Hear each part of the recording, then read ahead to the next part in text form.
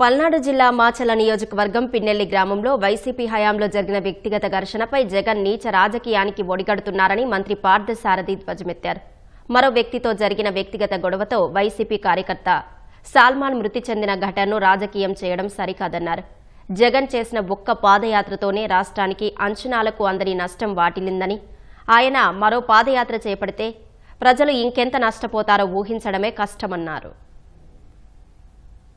సాల్మాన్ పేతూరు అనే ఇద్దరు వ్యక్తులు వారి వ్యక్తిగత కక్షల మూలంగా జరిగిన ఒక దుర్ఘటనని ఆసరా చేసుకుని ఈరోజు వైఎస్ఆర్ కాంగ్రెస్ పార్టీ రాజకీయం చేయటం చాలా దురదృష్టకరం అని చెప్పేసి మనం చేస్తాను. దానికి రాజకీయ రంగు పులవటం, తెలుగుదేశం పార్టీకి అంటగట్టడం ఇదంతా కూడా చాలా దారుణం అని చెప్పేసి నేను భావిస్తా ఉన్నాను. 2019లో వైఎస్ఆర్ కాంగ్రెస్ పార్టీ గెలిచిన తర్వాత ఊరేగింపు చేస్తా ఉంటే అక్కడ పేతూరు గారికి, సల్మాన్ గారికి జరిగిన వ్యక్తిగత తగాదాలు చిలికి ఈ విధంగా తయారని చెప్పేసి మనం చేస్తాం. అంతేగాని ఇది రాజకీయాలకు కానీ పార్టీలకు కానీ సంబంధం కాదు.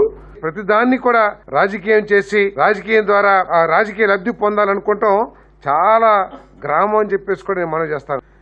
తెలుగుదేశం పరిపాలనలో ఇటువంటి దుర్ఘటన ఎక్కడ జరిగినా వారు తెలుగుదేశం పార్టీ వారా లేకపోతే ఇతరుల దానికి సంబంధం లేకోకుండా చట్టం తన పని తను చేసుకుపోయేటట్లు పోలీస్ యాక్షన్ తీసుకుంటుందని చెప్పేసి మనం చేస్తాను.